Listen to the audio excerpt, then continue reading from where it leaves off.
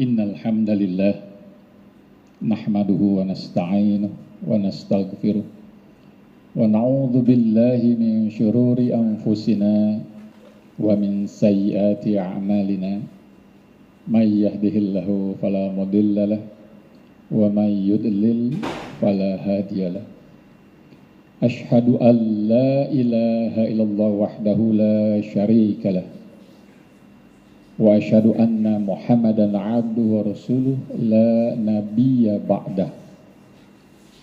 Allahumma salli wa sallim ala Muhammadin khairil anam wa ala alihi wa ashabihi wa tabi'ahi ala dawam birahmatika ya arhamar rahimin. Amma ba'du. Fa ya ibadallah, usikum wa iyaya bitaqwallah faqad fazal muttaqun. Qala Allah Ta'ala fi kitabihil karim, a'udzu billahi minasyaitonir rajim. Inna anzalnahu fi lailatul qadr. Wa ma adraka ma lailatul qadr. Lailatul qadri khairum min alfi syahr. Surah. Wa qala Sayyidina Muhammadur Rasulullah sallallahu alaihi wasallam, kam min shaimin laisa min siyamihi ilal ju' wal atas. Rawahul Bukhari wa Muslim. Shadaqallahul azim wa shadaqa rasul nabiyul karim. Ikhwati fillah rahimakumullah,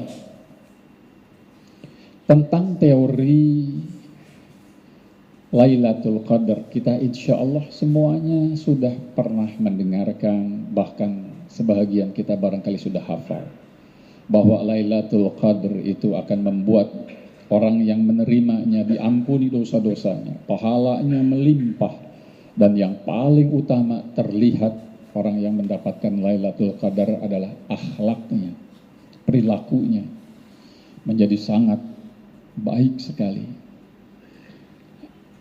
Dan itu juga yang membuat para ulama yang mendapatkan Lailatul Qadar, mereka tidak bercerita tentang pengalaman mereka mendapatkan Lailatul Qadar, karena itu menjadi perbuatan yang bisa mengarah kepada kesombongan.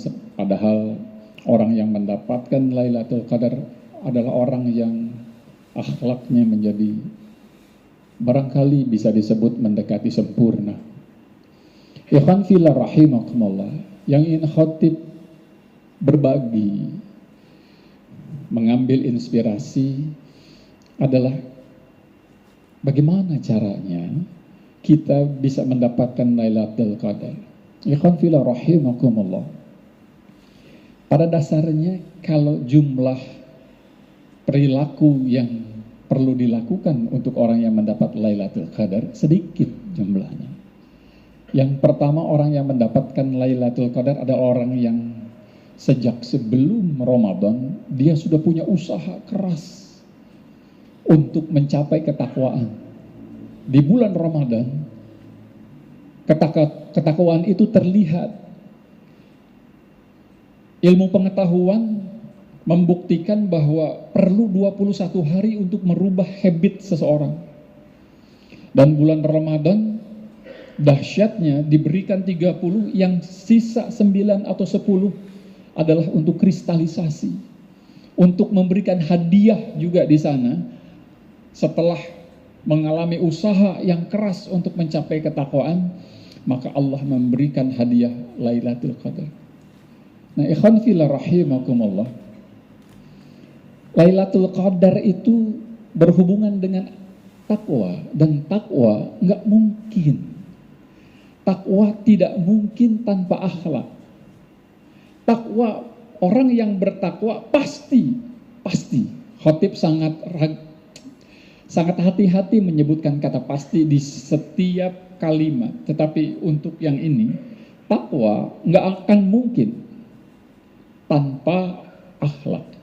Orang bertakwa pastilah orang yang berakhlak. Jadi nggak mungkin orang yang bertakwa itu korupsi, nggak mungkin.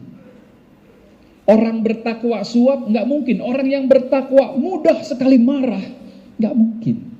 Orang yang bertakwa mudah tersinggung, nggak mungkin. Orang bertakwa pada istrinya galak, pada istrinya membohongi, orang bertakwa berzina, nggak mungkin. Bahkan orang bertakwa menjaga lisannya dari ghibah.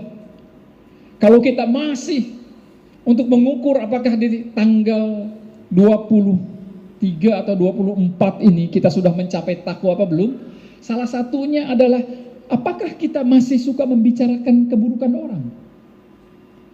Apakah kita masih gampang tersinggung, gampang marah? Ikhwan fillah rahimakumullah.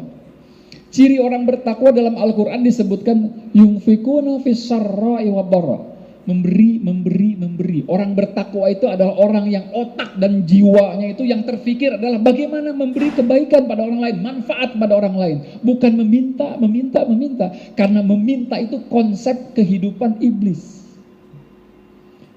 Ketika iblis diminta untuk sujud kepada Adam oleh Allah Azza wa Jalla, iblis menolak. Alasannya, ana khairum minhum, aku lebih baik dari dia. Yang pantas disujud itu sebenarnya aku. Begitulah kurang lebih kalimat yang tersembunyi. Dia tidak mau memberi, dia hanya maunya menerima. Menerima penghargaan, menerima penghormatan. Disayangi, minta disayangi. Ketika nggak dapat sayang, nggak dapat, atau orang lain tidak menghormatinya, orang lain tidak menghargainya, marah. Nah, ikhwan fillah rahimakumullah, jadi nggak mungkin orang bertakwa mudah tersinggung. Karena yang mudah tersinggung itu sifat iblis, bertentangan dengan sifat orang bertakwa. Nah, ikhwan fillah rahimakumullah, ada satu hal yang sangat penting yang perlu kita ingat. Kita ini di bulan Ramadan seringkali salah kaprah.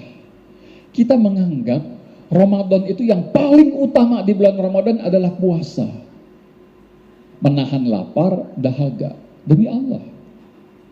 Bukan itu yang paling penting. Khatib tidak menyebut bahwa puasa nggak penting. Puasa penting. Tapi yang paling penting, yang paling harusnya dijadikan fokus utama, bukan puasanya.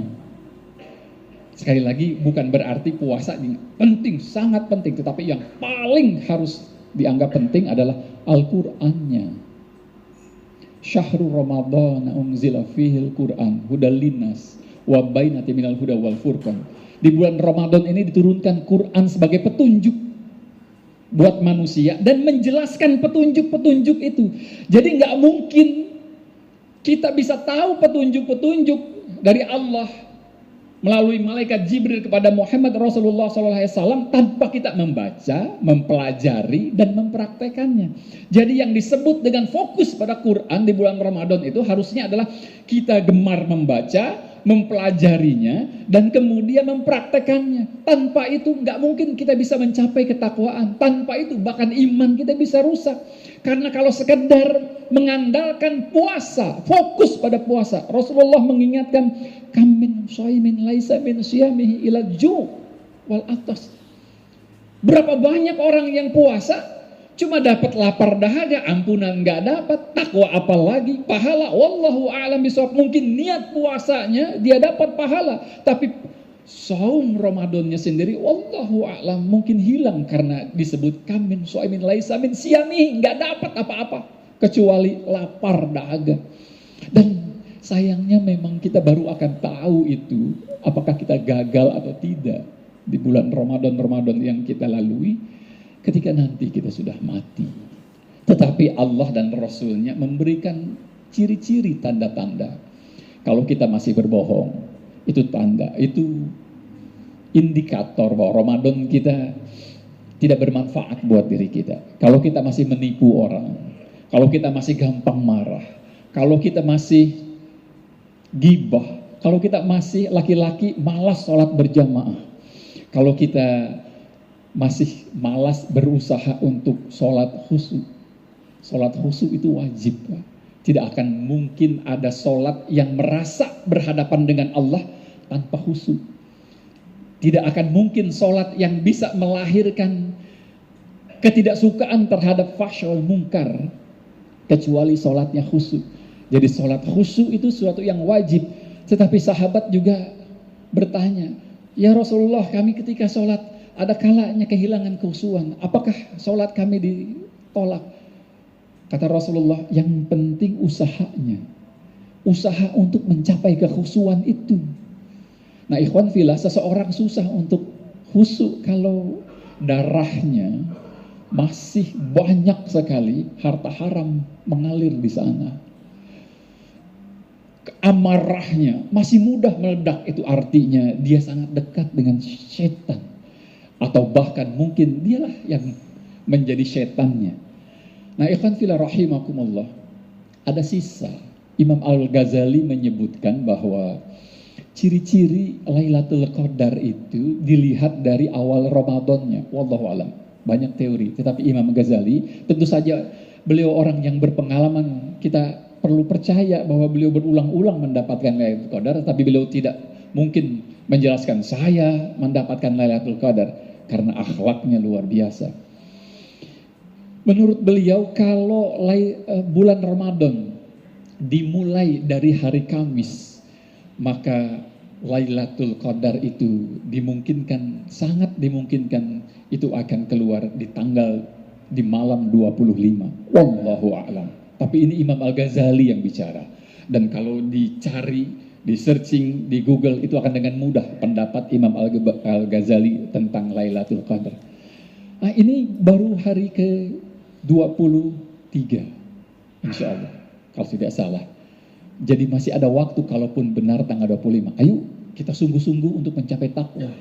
Kita sungguh-sungguh memperbaiki akhlak kita. Ya ikhwan fillah rahimakumullah, terakhir yang khatib ingin sampaikan. Banyak dari kita merasa menang, tetapi sesungguhnya kalah. Kita bahagia di bulan Syawal karena sudah menjalankan 30 hari puasa, tetapi sesungguhnya kita nggak dapat apa-apa. Kita bangga bisa memberikan baju, kendaraan, perhiasan kepada keluarga dari harta yang kehalalannya Allah sangat tidak suka. Sumbernya sangat tidak disukai. Kita merasa menang, tapi Allah melaknat kita. Nah, ikhwan fillah, beberapa hari lagi Idul Fitri dan kita merayakan kemenangan. Tetapi hati-hati, kita merayakan kemenangan, tetapi sesungguhnya kita sedang merayakan laknat Allah atas diri kita. Na'udzubillah, summa na'udzubillah. Di sisa waktu ini mari sama-sama kita bersungguh-sungguh untuk mencapai takwa, hilangkan segala harta yang kotor, perbuatan kotor, nafsu yang kotor, dan ganti dengan nafsu yang baik. Kalau dalam ilmu tasawuf disebut tahalli, yang kemudian kita menjadi tajalli. Barakallahu fikum. Semoga Allah Subhanahu wa taala mengampuni dosa-dosa kita dan mematikan kita kelak dalam keadaan husnul khatimah. Barakallahu li wa lakum bil ayati wa dzikril hakim wa taqabbala minni wa minkum tilawatahu innahu wal ghafurur rahim.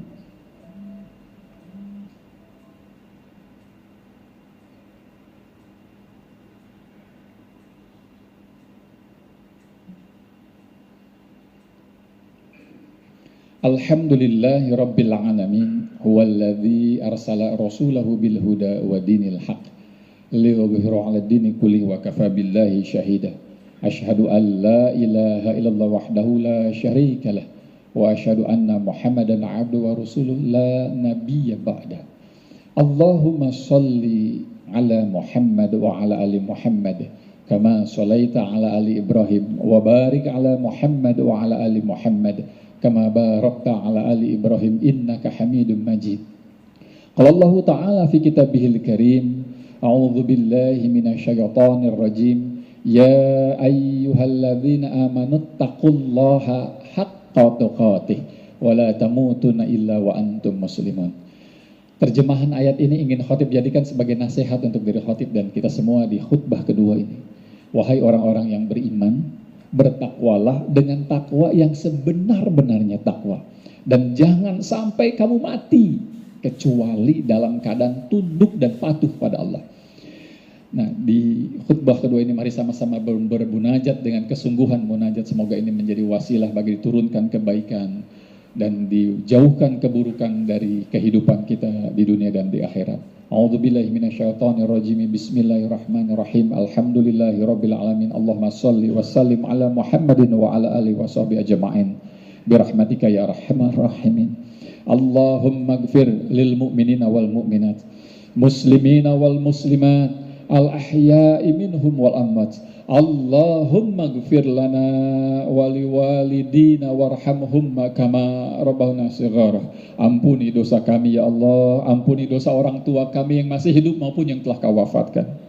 Ya Rabbana zalamna anfusana wa illam taghfir lana wa tarhamna lanakunanna minal khasirin. Kami banyak melakukan kezaliman ya Allah, kesalahan yang jika Engkau tidak mengampuni dan merahmati kami, dipastikan kami jadi orang merugi dunia dan akhirat. Faghfir lana dzunubana, ampuni dosa kami ya Allah. Faghfir lana dzunubana wa kaffir an sayyi'atina. Ya Rabbana taqabbal du'ana was salatana war ruku'ana was sujudana was siyamana. Innaka antas sami'ul alim wa tub 'alaina innaka antat tawwabur rahim. Rabbana atina fid dunya hasanah wa fil akhirati hasanah wa qina adzabannar. Ibadallah, innallaha ya'muru bil adli wa ihsan wa ita'i dzil qurba wa yanha 'anil fahsya'i munkar wal baghi ya'idzukum la'allakum tadhakkarun wa la dzikrillahi akbar.